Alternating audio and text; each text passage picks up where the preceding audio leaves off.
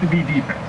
And it doesn't have to be necessarily a $6 million defenseman, but it's got to be 1 to 2 defensemen that you need to address on the left side and the right side. Depending on what happens with Alex Cesar, here's that on Friday as well, that he's in the market, there's going to be a lot of holes on defense, especially if Nate Schmidt is potentially moved.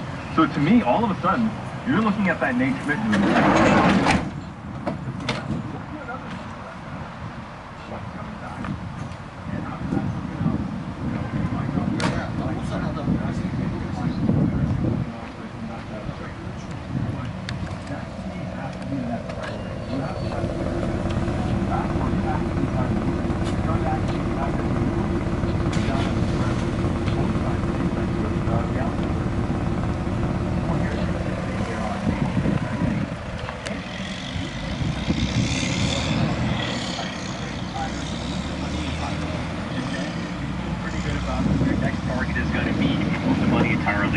And then you go and sign that player or trade for that player.